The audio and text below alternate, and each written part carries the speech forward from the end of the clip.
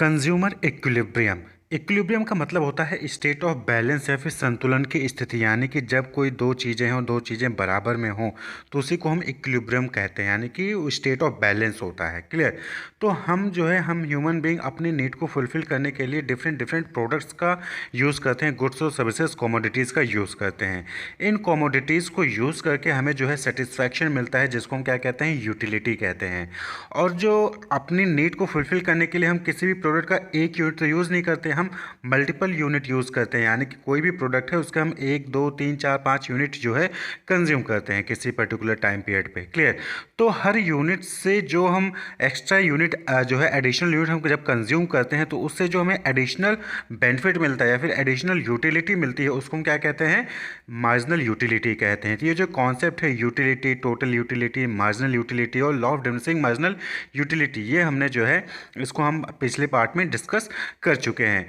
तो वो पॉइंट जहाँ पर ये जो मार्जिनल यूटिलिटी है वो इक्वल होती है जो भी प्राइस पे करता है कस्टमर उस प्रोडक्ट को परचेज करने के लिए, उसी पॉइंट को हम क्या कहते हैं, कंज्यूमर इक्विलिब्रियम कहते हैं। यानी कि जब हम जो हमारा पैसा हम जो खर्च कर रहे हैं उसके बराबर ही हमें जो है मार्जिनल यूटिलिटी मिल रही होती है किसी प्रोडक्ट से, तो उसको हम कहते हैं कंज्यूमर इक्विलिब्रियम। क्लियर।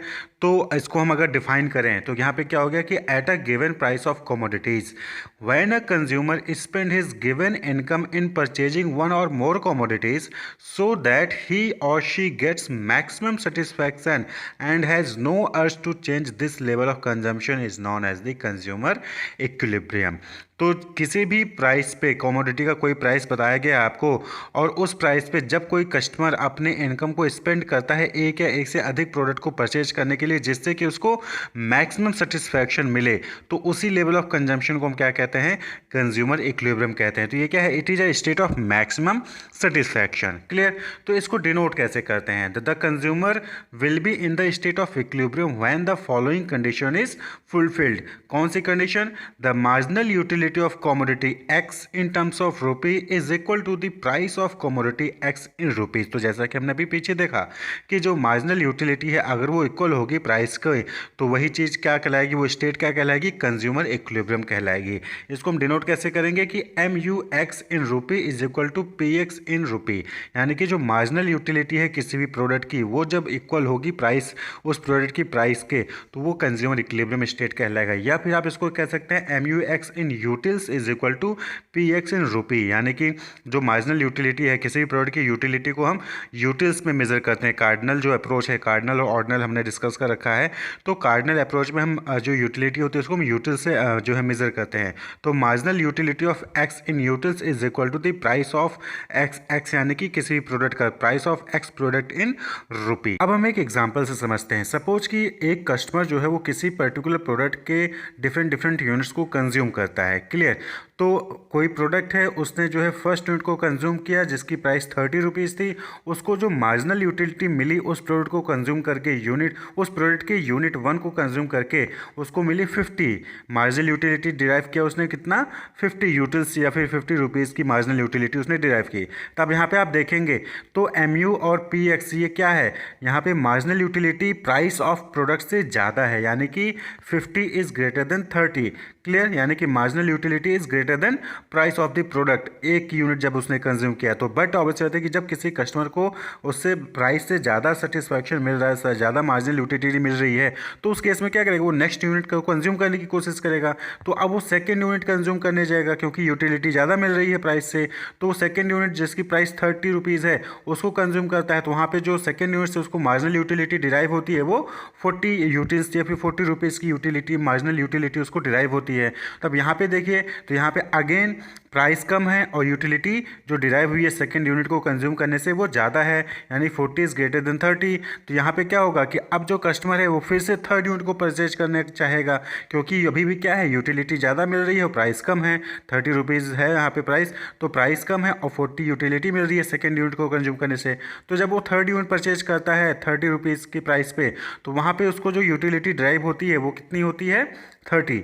क्लियर। वो कितनी होती है, 30 मार्जिनल यूटिलिटी डिराइव होती है। तो अब यहाँ पे आप देखेंगे कि जो मार्जिनल यूटिलिटी है और जो प्राइस है वो क्या है, इक्वल हो गया, वो इक्वल हो गया। इसी तरीके से जब फोर्थ यूनिट वो कंज्यूम करेगा तो वहाँ पे जो प्राइस है 30 है, लेकिन जो मार्जिनल यूटिलिटी है वो क्या होगी, वो फोर्थ यूनिट को कंज्यूम करने पर 20 मार्जिनल यूटिलिटी ही मिल रही है। तो law of diminishing marginal utility में हमने पढ़ा भी है कि जो मार्जिनल यूटिलिटी है वो क्या करती है, जैसे जैसे आप एडिशनल प्रोडक्ट यूज़ करोगे वैसे वैसे जो मार्जिनल यूटिलिटी है वो डिक्लाइन होगी, वो घटेगी। क्लियर। तो जैसे ही फोर्थ यूनिट कंज्यूम करेगा तो मार्जिनल यूटिलिटी उसको 20 मिली, और वहाँ पे क्या हो गया कि वहाँ पे अब जो है उस जो प्राइस है वो ज़्यादा हो गया और जो यूटिलिटी मिल रही है वो कम हो गई। क्लियर। इसी तरीके से फिफ्थ अगर यूनिट कंज्यूम करता है कस्टमर तो वहाँ पे जो प्राइस है 30 रुपीज़ है और जो इसको मार्जिनल यूटिलिटी मिल रही है वो 10 हो गया। तो इस केस में अगेन जो यूटिलिटी है कम मिल रही है और जो प्राइस है वो ज़्यादा है। तो अब यहाँ पे आप कंडीशन देखिए, जो कंज्यूमर इक्विलिब्रियम का पॉइंट क्या था कि जहाँ पर प्राइस और जो मार्जिनल यूटिलिटी है वो इक्वल होगा, वही क्या होगा, वो कंज्यूमर इक्विलिब्रियम पॉइंट होगा। तो आप यहाँ पे देखिए जो थर्ड यूनिट है, जब कस्टमर थर्ड यूनिट परचेज करता है, कंज्यूम करता है, तो उस केस में उसको प्राइस और मार्जिनल यूटिलिटी दोनों ही इक्वल होते हैं, स्टेट ऑफ इक्वल। तो उसी को हम क्या कहते हैं, कंज्यूमर इक्विलिब्रियम कहते हैं। क्लियर।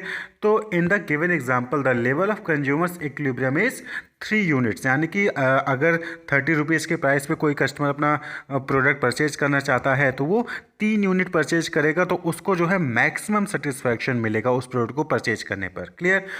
तो एग्जाम्पल में क्या हुआ था कि जो फर्स्ट और सेकेंड लेवल था उस केस में जो मार्जिनल यूटिलिटी थी वो ज़्यादा थी प्राइस से, तो यानी कि यहाँ पे जो है कॉस्ट से बेनिफिट ज़्यादा थी, benefit is more than cost, so the consumer increase the consumption to attain equilibrium. तो कस्टमर जो इक्विलिब्रियम पॉइंट को अचीव करने के लिए कंजम्पशन को बढ़ा देता है, तो जैसे ही बढ़ाता है तो वहाँ पे जो है थर्ड यूनिट को कंज्यूम करने पर उसको जो है प्राइस और जो है बेनिफिट इक्वल हो जाती है, मार्जिनल यूटिलिटी इक्वल हो जाती है, वो कंज्यूमर इक्विलिब्रियम जो है अटेन कर लेता है। लेकिन वहीं पे फोर्थ और फिफ्थ लेवल को देखें तो वहाँ पे क्या है कि जो मार्जिनल यूटिलिटी है वो कम है प्राइस से, प्राइस ज़्यादा है और मार्जिनल यूटिलिटी कम है, यानी कि benefit is less than the cost, so the consumer cuts और decrease the consumption to be in state of equilibrium only at the level of 3 unit the condition of consumer equilibrium is fulfilled. Clear. तो यानी कि जब तक आपको जो है price से ज़्यादा मार्जिनल यूटिलिटी मिल रही है तब तक आप जो है उसको परचेज करोगे, लेकिन जैसे ही प्राइस से मार्जिनल यूटिलिटी कम हो जाती है तो आप जो है परचेज करना फिर कंजम्पशन कम कर देते हो। तो इक्विलिब्रियम पॉइंट कौन सा होगा, वो पॉइंट जहाँ पर प्राइस और जो मार्जिनल यूटिलिटी डिराइव हो रही है वो दोनों इक्वल हैं, वही पॉइंट इक्विलिब्रियम पॉइंट कहलाता है। क्लियर। तो a consumer consumes the quantity at which marginal utility of X product is equal to the price of X to be in the state of equilibrium. तो equilibrium के state में होने के लिए आपको जो है आपको उतनी ही क्वांटिटी कंज्यूम करनी होगी। यहाँ पर किसी भी प्रोडक्ट की मार्जिनल यूटिलिटी जो है वो प्राइस ऑफ प्रोडक्ट के इक्वल आ जाती है। तो यही चीज़ कंज्यूमर इक्विलिब्रियम कहलाता है। तो कंज्यूमर इक्विलिब्रियम यानी कि वो स्टेट जहाँ पर कस्टमर को मैक्सिमम सेटिस्फैक्शन मिलता है किसी भी प्रोडक्ट के डिफरेंट यूनिट को कंज्यूम कर, तो वही स्टेट कंज्यूमर इक्विलिब्रियम कहलाता है। Wish you all the best, keep watching.